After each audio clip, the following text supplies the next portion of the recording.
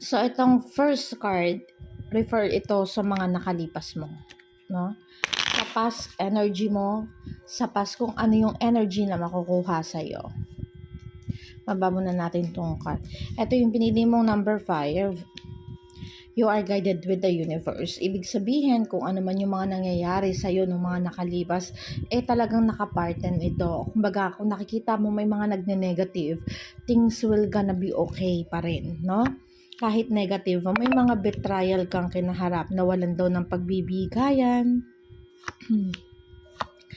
Okay, this card showing na ang paglayo, yung ginawa mong way o pamamaraan, pag-iwas, paglayo, pagpunta sa isang mga malalayong lugar, yun yung ginawa mong pagtakas dun sa mga pain na pinagdaanan mo, no? Sabi dito na wala ng pagbibigaya, may betrayal ka, no? Na kinaharap ng mga nakaraan. This card showing na pinanghinaan ka ng loob doon. Pero sabi dito sa cards, nagdadalawa. Okay, regarding sa relationship, no, sabi dito sa cards, may mga taong hindi ka pinaglaban.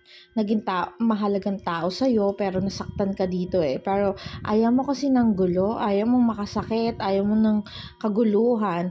Ang nakikita mo dito na ang pag-iwas, hindi ka kailangan mag-revenge. Parang ganun yung sinasabi dito sa cards. Ang sinasabi dito sa cards, ang pag-iwas, ang ginawa mong way o pamamaraan, ang paglayo para makuha mo yung success mo, or sabihin na natin yung sinasabi nila na yun yung pinakaginawa mong revenge sa mga taong nanakit sa'yo. Sabi dito sa cards, no, kahit papano na stagnant ka before sa isang sitwasyon, nakita ko dito nagne-negative. May mga maling gawa sa iyo at nawalan ka ng guidance ni universe at this moment. Sabi dito, may mga pangarap ka sa buhay na hindi mo nakamit. May mga kagustuhan ka na hindi mo na pursue.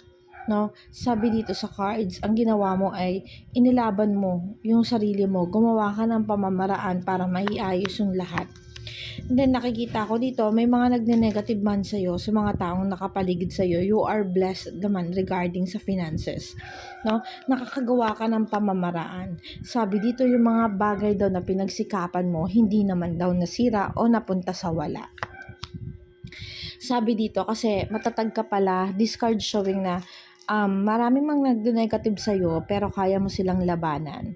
No, kaya mong lumaban. Sabi dito, nawalan man ng guidance ni universe o nawala yung mga ibang pagpapala sa iyo, siguro hindi mo nakamit yung mga iba talagang plano mo sa buhay, but this card showing things will gonna be okay for you. Kahit na hindi mo nakuha yung mga ibang pinangarap mo o naiba yung direksyon ng buhay mo, hindi ka pa rin naman daw nabigo. Okay. Sinasabi sa cards, may mga dumating sa buhay mo pero nawala. Kumbaga, hindi siya na-pursue. Hindi naging guide, hindi siya naging okay kasi nawala sa guidance ng universe. But this one, hindi mo to talaga losses. Hindi mo sila mga losses talaga dahil ito yung nakapag-provoke sa'yo o nakapag-pursue para mai-align ka dun sa guidance ng universe sa'yo. Okay, pupunta tayo sa second card mo, which is present. No? You have ongoing battle. Ibig sabihin, may mga bagay na pinagdadaanan ka sa ngayon. This card showing na namimili ka ng mga desisyon na gagawin mo sa buhay mo. Sabi dito sa cards, kahit wala kang ginagawang actions, nasasaktan ka. Vice versa, nakukulangan ka ng actions o pamamaraan ng taong minamahal mo, kaya nasasaktan ka. So, this card showing na yung talagang pain mo, yung ongoing battle mo, gusto mong gumawa ng pamamaraan or gumawa ng isang way yung isang tao para hindi ka masaktan. No? Ito kasi pamamaraan, ito way yung gusto mong gawin, kaya lang nakabaligtad siya So, meron kang hinahangad, inaantay, meron kang ginagawang pamamaraan para ma-stop yung pain na nararamdaman mo. Kasi kahit na anong gawin mo sa ngayon, hindi siya gumagawa ng way, walang pagkilos at paggawa, nasasaktan ka. Okay, pero nakikita ko dito yung walang pagkilos at paggawa, nai-stagnant ka dun eh. Walang emosyon, sabi dito sa cards, hindi mo pinapakita kasi mahalaga sa'yo yung tao. Lalaki pala ito. This card showing King of Pentacles, ibig sabihin, mahalaga sa'yo tong taong to.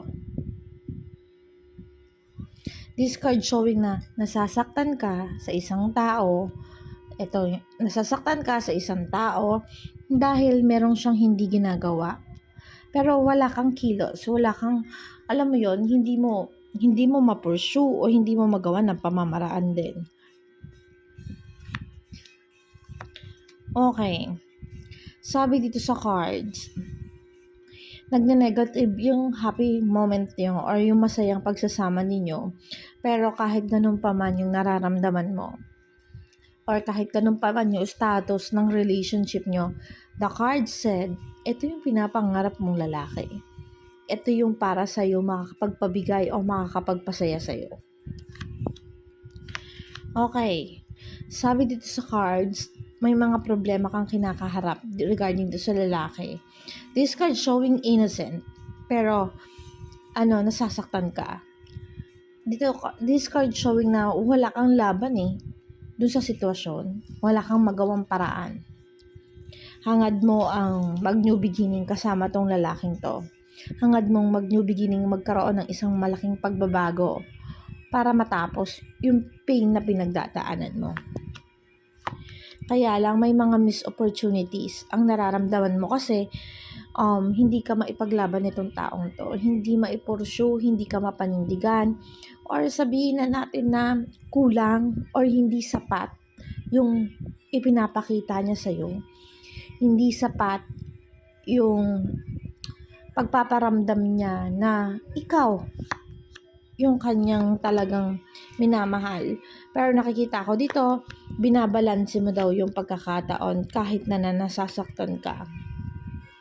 Honestly, this card showing stress. Full of pag-iisip. Marami kang bagay na iniisip. Minsan, na-anxiety ka na sa kakaisip ng mga bagay. No? This card showing na confused, naguguluhan ka na sa mga actions na ginagawa mo. Sabi to sa cards, hindi mo alam kung ipupurusyo mo pa. Or the card said here, hindi mo alam kung sasaya ka pa. Nakikita ko dito may nagne-negative kasi nga may mga maling actions tong lalaki. Kasi the ones is an actions.